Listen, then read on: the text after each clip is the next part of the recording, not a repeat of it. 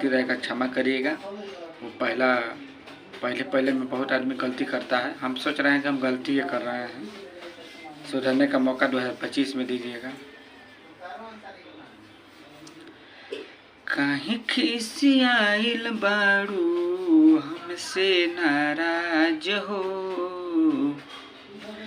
काहे खिसियाइल बाड़ू हमसे नाराज हो।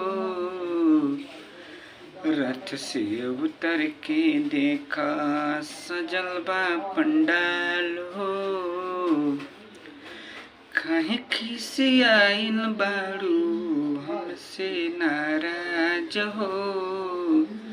रथ से उतर के देखा सजल बा पंडाल हो, रथ से उतर के देखा